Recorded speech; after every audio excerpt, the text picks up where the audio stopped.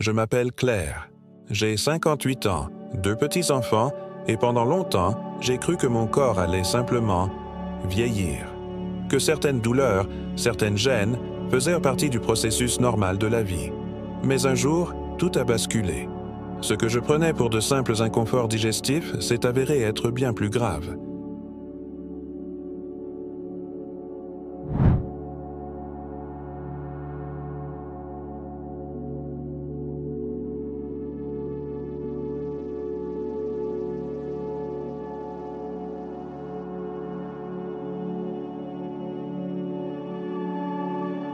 Et si je partage cette histoire aujourd'hui, c'est pour que vous, ou quelqu'un que vous aimez, puissiez reconnaître à temps les signes subtils que vos intestins sont peut-être en détresse.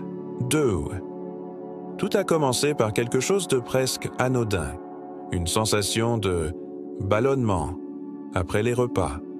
J'avais l'impression que mon ventre gonflait comme un ballon, même après une simple soupe. J'en riais parfois avec ma fille. « Regarde, on dirait que je suis enceinte de 5 mois. » Mais au fond, quelque chose me disait que ce n'était pas normal. Ce gonflement constant, cette sensation de lourdeur n'était pas que des caprices digestifs. 3. Puis est venu un changement dans mon transit intestinal. Certains jours, je ne pouvais pas aller aux toilettes du tout. D'autres, c'était l'inverse. Une urgence soudaine, imprévisible, désagréable. J'ai commencé à avoir peur de quitter la maison. J'évitais les sorties longues, les dîners entre amis. Ce déséquilibre du transit est souvent minimisé, mais dans mon cas, c'était le deuxième signe que mes intestins ne faisaient plus leur travail normalement. 4. Je n'avais jamais été une grande amatrice de viande rouge, mais soudain, je ne supportais plus certains aliments. Des plats que j'adorais auparavant me provoquaient des crampes, des nausées, parfois même des reflux. Le simple fait de manger devenait une source d'angoisse. Ce rejet soudain de certains aliments est un autre signal discret, mais important, que quelque chose cloche au niveau intestinal. Et 5. Et puis, il y avait cette fatigue persistante. Pas une fatigue ordinaire, non. Une sorte de brume mentale, un épuisement qui s'accumulait, même après une nuit de sommeil complet. J'étais lente, distraite, irritable. Mon médecin a d'abord cru à une dépression ou à une carence en fer. Mais plus tard, on a découvert que mes intestins, en souffrance, n'absorbaient plus correctement les nutriments. C'était le 4e signe. 6. Un jour, alors que je m'habillais, j'ai remarqué quelque chose d'étrange dans le miroir. Ma peau était terne, mes cheveux plus fins et mes ongles se cassaient sans raison. Ce n'était pas seulement l'âge, c'était lié à mon microbiote intestinal. Ce déséquilibre intérieur, invisible à l'œil nu, se reflétait sur l'extérieur de mon corps. Je n'aurais jamais pensé que mes intestins pouvaient impacter mon apparence de cette façon. 7. Je me souviens aussi d'une soirée où j'ai littéralement éclaté en sanglots sans raison. J'étais avec mon mari, nous regardions un film, et d'un coup, les larmes ont coulé. J'étais submergé. Ce trouble émotionnel. Soudain, ce mal-être intérieur, ce n'était pas seulement psychologique. J'ai appris plus tard que l'intestin est lié au cerveau, c'est ce qu'on appelle le 2e cerveau. Quand il souffre, il envoie des signaux à notre esprit. C'était le 6e signe et je ne l'oublierai jamais. 8. Je ne parle pas souvent de ce qui s'est passé ensuite, mais j'ai commencé à avoir de l'anxiété sociale.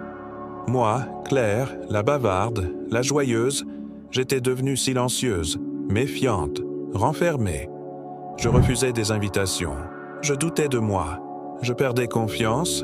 Tout ça à cause d'un déséquilibre dans mes intestins, qui affectait mes émotions, ma sérotonine, mon humeur. Ce lien entre intestin et bien-être mental est bien réel. 9. L'un des signaux les plus embarrassants, mais qu'il faut oser nommer, c'est l'excès de gaz. Si, pas seulement après les repas, mais tout au long de la journée. J'étais gêné, je portais des vêtements amples, j'évitais de m'asseoir trop près des gens. Ce symptôme tabou peut pourtant être le signe d'un microbiote appauvri ou d'une digestion défaillante. Aujourd'hui, je comprends que mon corps essayait de me dire quelque chose, mais je ne l'écoutais pas. 10. Le 9e signe est plus insidieux encore. Il s'agissait de douleurs articulaires. Des petites douleurs dans les genoux, les poignets, les doigts. Je mettais cela sur le compte de l'âge, mais en réalité, mon intestin enflammé favorisait des réactions immunitaires anormales. Ces douleurs, apparemment sans lien avec la digestion, étaient un écho silencieux de mon inflammation intestinale chronique. 11. Enfin, le 10e signe, celui qui m'a poussé à consulter une spécialiste, fut une perte de poids soudaine, inexpliquée, sans régime, sans changement d'activité. J'ai perdu près de 6 kilos en 2 mois. À mon âge, ce n'était pas un bon signe. Mon corps n'arrivait plus à extraire l'énergie des aliments. Mon médecin a compris que quelque chose de plus profond se jouait, et c'est là que le vrai diagnostic est tombé. Un syndrome de l'intestin irritable sévère, aggravé par une inflammation chronique. 12. Ce diagnostic a été un choc, mais aussi un soulagement. Je n'étais pas folle, je n'étais pas faible. Mon corps criait à l'aide depuis des mois, et je n'avais pas su l'écouter. À partir de ce jour, j'ai commencé un véritable chemin de reconstruction. Alimentation adaptée, probiotiques, exercices doux, accompagnement psychologique. J'ai repris peu à peu le contrôle sur ma santé intestinale, et donc sur ma vie. 13. Aujourd'hui, si je raconte tout cela, c'est parce que vous aussi, peut-être vivez un ou plusieurs de ces signes sans savoir qu'ils viennent de là. Peut-être qu'on vous a dit que c'était l'âge, le stress, la fatigue, mais si vous ressentez un malaise récurrent, une gêne digestive ou une fatigue inexplicable, alors il est temps d'écouter vos intestins. Ils ont beaucoup à dire, même quand leurs signes sont subtils. 14. Et je voudrais vous rappeler quelque chose d'important. Vous n'êtes pas seul. Des millions de personnes vivent ce genre de symptômes sans comprendre leur origine. On pense souvent à tort que la digestion est un simple processus mécanique, mais elle est au cœur de notre équilibre physique, mental et émotionnel. Si j'avais su cela plus tôt, j'aurais consulté bien avant. 15. Alors, voilà mon message, du fond du cœur. Si vous ressentez ces signes, si quelque chose vous semble anormal dans votre quotidien, n'attendez pas que cela empire. Écoutez-vous, faites-vous confiance et, surtout, parlez-en. À votre médecin, à vos proches, à ceux qui peuvent vous aider, car parfois, ce sont les petits signes qui sauvent de grandes douleurs. 16. Je me souviens très bien du jour où j'ai rencontré une nutritionniste spécialisée dans la santé intestinale. Elle m'a dit une phrase qui a tout changé. « Vous ne guérirez pas seulement en supprimant ce qui vous fait mal. Vous devez nourrir ce qui vous fait du bien. » Cette idée m'a bouleversé. Jusqu'ici, je cherchais seulement à éviter la douleur, mais elle m'a appris à reconstruire, à bichonner mon système digestif, comme on le ferait avec un jardin fragile. 17. Elle m'a parlé du rôle fondamental du microbiote. Ces milliards de bactéries qui vivent dans nos intestins et qui influencent presque tous les aspects de notre santé. Digestion, immunité, humeur, inflammation. Je n'en avais jamais entendu parler avant. Et pourtant, c'était la clé. Elle m'a prescrit un protocole alimentaire doux, riche en fibres fermentescibles et des probiotiques ciblés. J'ai aussi appris à réduire les sources de stress chronique, car mes intestins le ressentaient comme une agression constante. 18. La transformation ne s'est pas faite en un jour. Il m'a fallu du temps, de la patience et de l'écoute. Mais peu à peu, les signes ont diminué. J'ai retrouvé un transit plus régulier, un ventre plus calme et surtout, une clarté mentale que j'avais oubliée. C'est fou comme on sous-estime le pouvoir des intestins sur le cerveau. Je retrouvais mes idées, ma créativité, mon envie de vivre. 19. Ce parcours m'a aussi appris à observer mon corps autrement. Chaque réaction, chaque inconfort est un message. Aujourd'hui, je sais quand un aliment ne me convient pas. Je ressens la différence entre un stress passager et un stress toxique.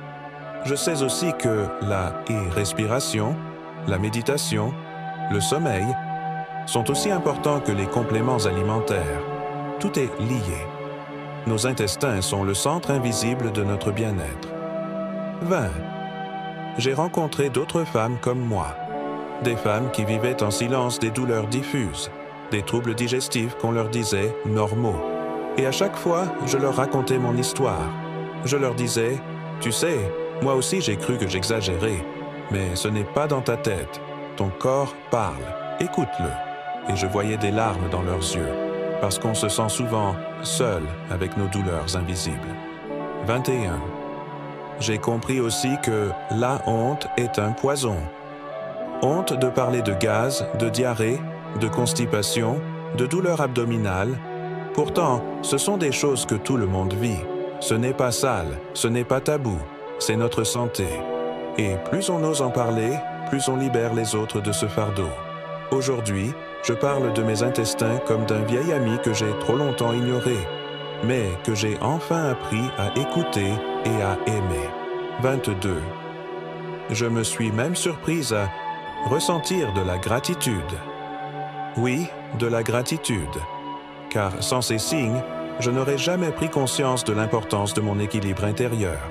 Je me serais peut-être laissé glisser vers des maladies plus graves. Ce que j'ai vécu a été une alerte bienveillante. Un appel à revenir à moi. Mes intestins ont été comme des sentinelles. Ils ont souffert, crié, supplié, jusqu'à ce que je les entende enfin. 23. Et aujourd'hui, j'ai retrouvé la joie simple de manger. Goûter une soupe chaude sans douleur. Partager un repas avec mes petits-enfants sans crainte. Cuisiner avec amour des plats que je sais bons pour mon ventre. Ce sont des petits miracles du quotidien. J'ai réappris à refaire la paix avec mon assiette, à choisir des aliments vivants, frais, nourrissants, et à éviter ceux qui enflamment, qui déséquilibrent, qui fatiguent. 24. Il y a une chose que j'aurais aimé entendre plus tôt. Vous méritez de vous sentir bien. Ce n'est pas un luxe, ce n'est pas égoïste, ce n'est pas dans votre tête. Vous méritez de vivre sans douleur chronique, sans peur de manger, sans honte de vos symptômes. Vous méritez des réponses, des solutions, du soutien. Et si ce témoignage peut être ce déclic pour vous, alors tout ce que j'ai vécu aura eu un sens. 25. Je sais que ce n'est pas facile, qu'il y a des jours où on doute, où on pense que ça ira mieux demain, qu'on n'a pas le temps, pas l'énergie de chercher des solutions, mais croyez-moi, votre corps attend que vous fassiez ce premier pas, qu'il soit petit ou grand. Parler à un professionnel, lire un livre, changer un ingrédient dans votre cuisine, prendre 5 minutes pour respirer. Ce sont ces gestes simples qui peuvent transformer votre vie, comme ils ont transformé la mienne. 26. Je vous laisse avec un dernier message, celui que je répète à toutes mes amies, à ma fille, à mes petits-enfants. Soyez doux avec vous-même. Vos intestins ne sont pas vos ennemis. Ils sont les gardiens silencieux de votre équilibre. Prenez-en soin, écoutez-les et ils vous le rendront. Ce que vous prenez pour un petit malaise peut être le début d'un grand bouleversement ou d'une magnifique guérison.